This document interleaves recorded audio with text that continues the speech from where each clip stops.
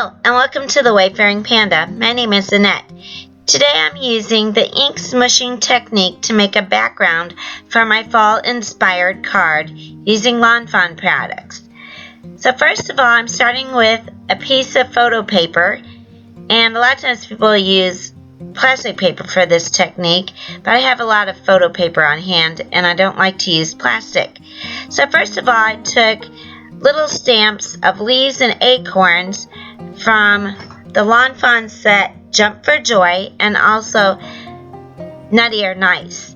And I'm using distress ink. I'm using Vintage Photo to stamp randomly on the card base. I put the stamps on an acrylic block and I'm just turning it different directions to get a random look. Next, I'm smooshing my distress ink, and I'm doing 3 different colors and putting those on my work surface. You want to make sure you use a mat that you can clean off.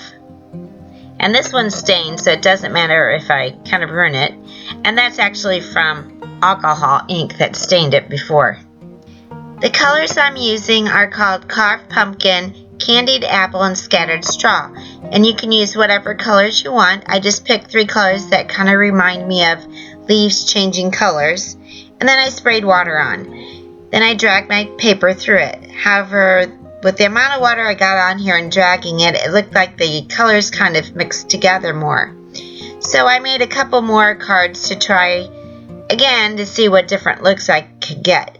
I haven't done this method too much, so this is kind of me playing around with the distress ink to see what kind of look I could get. This time I put a little less water, and also I kind of dipped the paper in it and kind of let it sit there a little bit before I dragged it around so I can get more individual colors. This time I got a little closer to the look I wanted.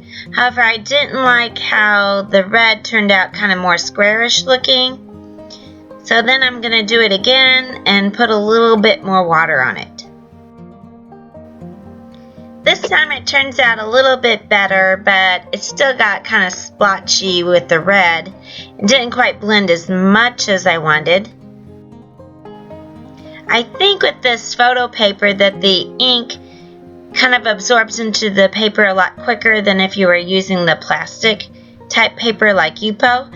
So I'm thinking maybe next time if I take a brush and kind of rub it through a little bit before I dip the paper in it, then I might get more the look that I want and not get the edges to the squares.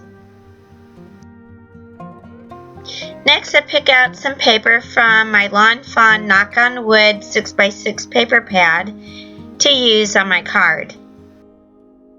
I'm using the largest die and the Lawn Fawn stitched rectangle Stackables die set to cut out an A2 size rectangle, and this will make it 5.5 by 4 1/4.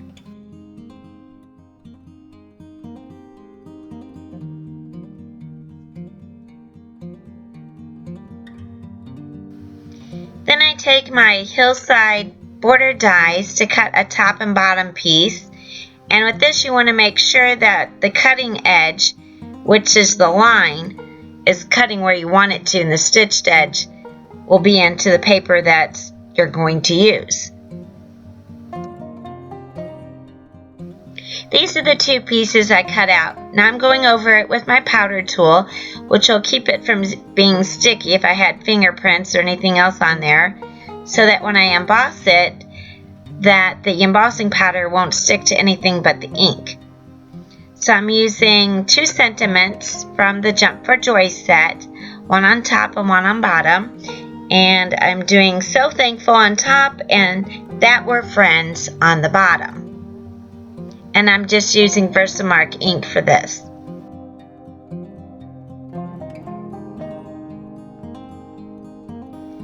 Next, I sprinkled some white embossing powder over the sentiments, and then I had to brush off some stray that I got on there.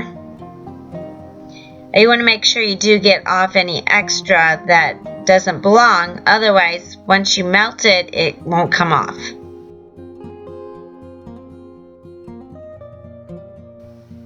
This is the really fun part, is melting it. So I take my Wagner heat gun, and then I heat the bottom, and then I heat the top. If you do a little bit on the bottom and then do the top, the paper won't warp so much, and you want to make sure you don't burn the paper.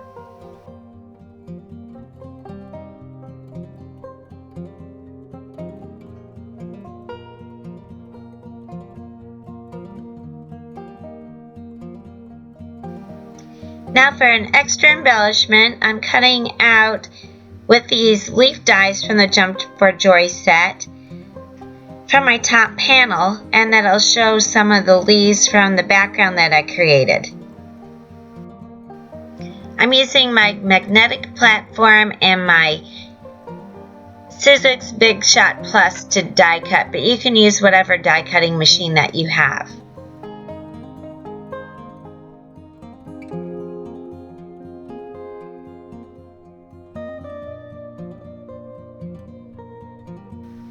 Now I'm just assembling my cards. So I'm using my Scotch ATG gun, which is double-sided tape, to adhere the background that I created to a A2 size card base. I'm also going to use this Scotch ATG gun to attach the borders that I cut earlier. I'll put a list of all the products that I'm using in the description below. Most of these products are still available. And some of these will have my affiliate links, which doesn't cost you anything to use, but if you purchase anything from the shops that the links go to, it will give me a small percentage of the sale. That helps me monetize my site so that I can pay for hosting and software and things like that, so I keep bringing you some more videos, and also helps me buy some more craft supplies. These other images I colored with Copic markers. These were stamped on Copic friendly paper, and then I colored these off screen. I'm not an expert in Copic coloring, but if you watch one of my other videos, I made some other cards with the same stamp set if you'd like to check out my YouTube channel for that. Right now I'm just using some cardboard pieces that I used that I had put tape on to pop up the animals, and then I'm just going to use double-sided adhesive to attach the acorns and the leaves. I really like how this turned out. It kind of embodies fall to me because I really like the changing colors, walking in the woods, and the animals, and this kind of captures all that. I hope you enjoyed the video, and thank you for watching. I'd appreciate it if you could subscribe to the channel and like the video. Thank you.